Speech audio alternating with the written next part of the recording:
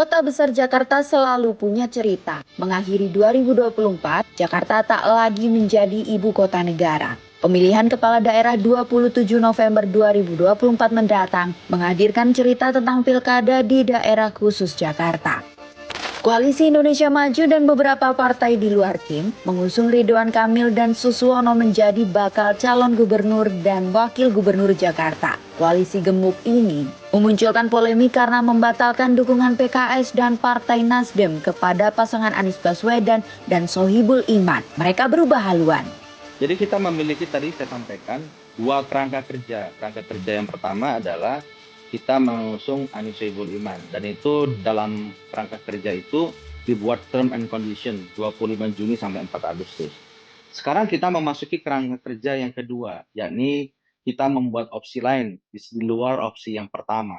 Opsi yang kedua ini salah satunya kita membangun komunikasi dengan Koalisi Indonesia Maju. Kerja yang pertama ini kan tidak running well, tidak berjalan sesuai yang kita harapkan. Sampai detik ini belum ada satupun partai yang secara official tertulis memberikan SK rekomendasi untuk majunya Mas Anies. Saya sudah beritahu Pak Anies, Anda sebagai adik, ini bukan momen Anda untuk maju pada Pilkada Jakarta Raya. Kita cari momentum yang lebih tepat lagi ke depan. Ada pemahaman itu, ya. Dalam riuh rendah pencalonan gubernur daerah khusus Jakarta sempat mendengar kabar PDI Perjuangan akan mendukung Anies Baswedan. Namun semua terjawab dengan deklarasi dukungan kepada pasangan kader mereka sendiri, Pramono Anung dan Rano Karno. Serunya Pilkada Jakarta juga terlihat dari munculnya nama pesohor sebagai ketua tim pemenangan. Pasangan Pramono Anung dan Rano Karno memilih komedian Cak Lontong sebagai ketua tim pemenangan mereka. Ketua tim pemenangannya pasti di luar dugaan semua, yaitu Cak Lontong. Karena kami ingin menyampaikan bahwa tim ini adalah tim yang bergembira ria tapi serius. Saya pertama kali juga minta kepada sahabat saya yang namanya Iko Uwais, Bang Yos, untuk masuk. Cuman dia sekarang masih di Cina. Dia lagi syuting di Cina, dia baru selesai pulang tanggal 4 Oktober. Dia bilang, "Bang, udah nggak usah ditanya gua ada di mana. Kita pasti ada di Abang. Cuman udah nggak usah dicatat-catat. Saya takut cuman dicatat nggak datang, namanya nggak enak." Munculnya nama-nama populer dalam tim pemenangan pasangan Pramono Rano. Bagi Direktur Eksekutif Indikator Politik Indonesia Burhanuddin Muhtadi, karena kebutuhan mendongkrak popularitas Pramono Anung yang sudah lama tak muncul di ruang publik. Faktor yang lebih diperlukan dalam konteks Mas Pramono Anung dan RK adalah figur yang mampu mendongkrak popularitas Mas Pram yang kita tahu relatif terlambat untuk terjun dalam konteks Pilkada Jakarta.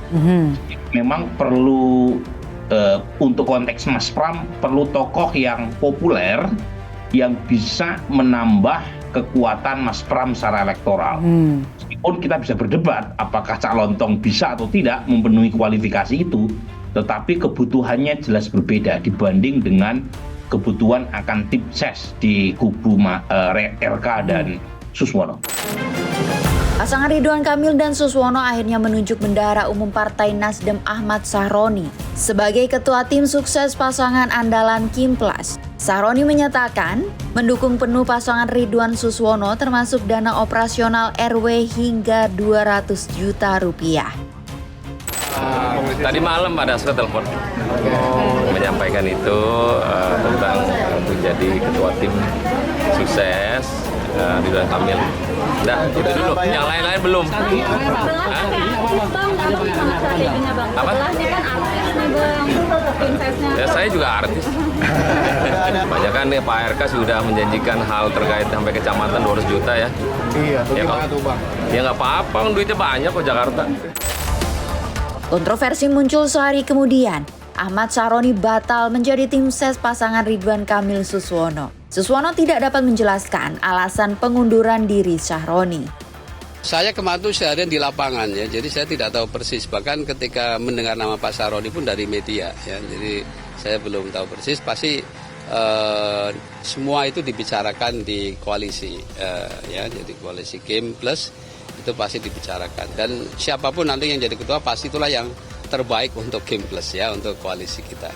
Ada yang disuruh juga sih Pak namanya Ya. untuk pemenangan tim pemenangan? Ya itu saya kebetulan memang tidak terlibat langsung ya, karena itu sudah ada tim, kan itu adalah pimpinan-pimpinan partai. Ya. Bagi Burhanuddin Muhtadi, kesuksesan para kontestan pilkada tidak tergantung pada siapa ketua tim sesnya.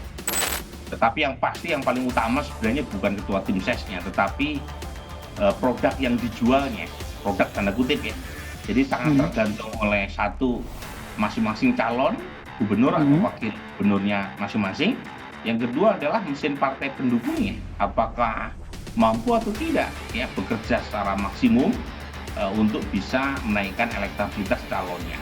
Jadi dua itu yang paling utama. Kalau ketua tim ses selama ini sih efek elektoralnya tidak terlalu besar. Setelah tak lagi menjadi ibu kota negara, tantangan Jakarta untuk mensejahterakan warganya membutuhkan strategi yang berbeda. Memilih pemimpin bukan sekedar alasan popularitas, apalagi terpukau janji manis yang tak terjangkau rasionalitas. Jakarta dengan segala persoalannya membutuhkan pemimpin yang berani menjangkau warga di setiap sudut Jakarta. Gubernur Jakarta harus mampu melayani semua warga, bukan sekedar bersolek di seputaran pusat-pusat keramaian kota. Ramai cerita pilkada tak hanya berisi berita, tetapi juga cerita tentang warga Jakarta yang katanya kecewa berat. Is it news or hoax?